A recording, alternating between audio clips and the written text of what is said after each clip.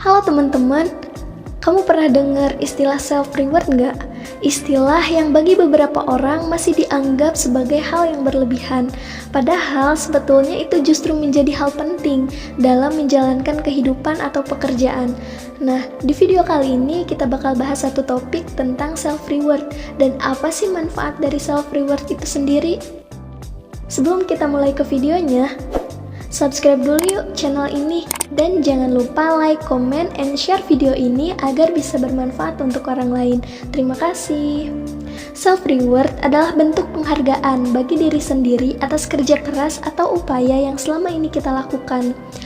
Bahkan, bagi beberapa orang, self-reward seringkali diartikan sebagai suatu yang berlebihan atau bisa dibilang lebay, karena mereka beranggapan bahwa self-reward tidak lebih dari bentuk pemberian atas kegiatan konsumtif yang dilakukan. Padahal self-reward dan kegiatan konsumtif adalah dua hal yang sangat berbeda.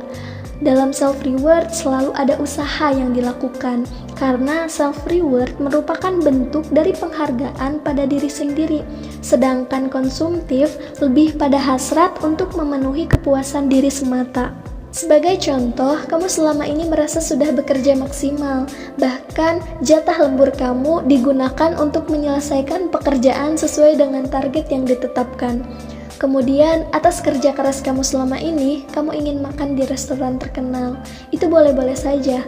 Dengan begitu, kamu bisa merasakan manfaat dari kerja keras kamu selama ini.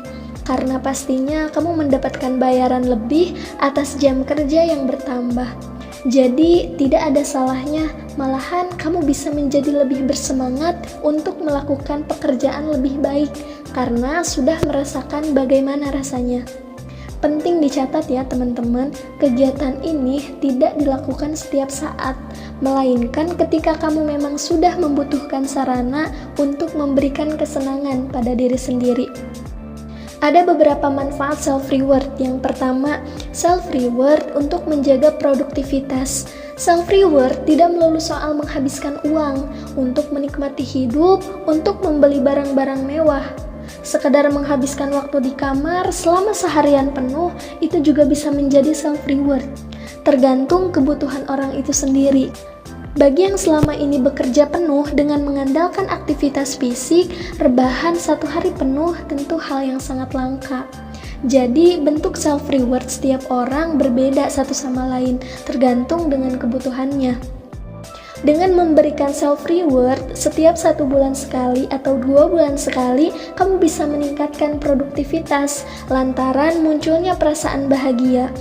Karena penelitian yang dilakukan oleh ekonom dari University of Warwick mengatakan bahwa rasa bahagia bisa meningkatkan produktivitas karyawan hingga 12%. Sementara untuk pribadi yang kurang bahagia, produktivitas justru berkurang sebesar 10%.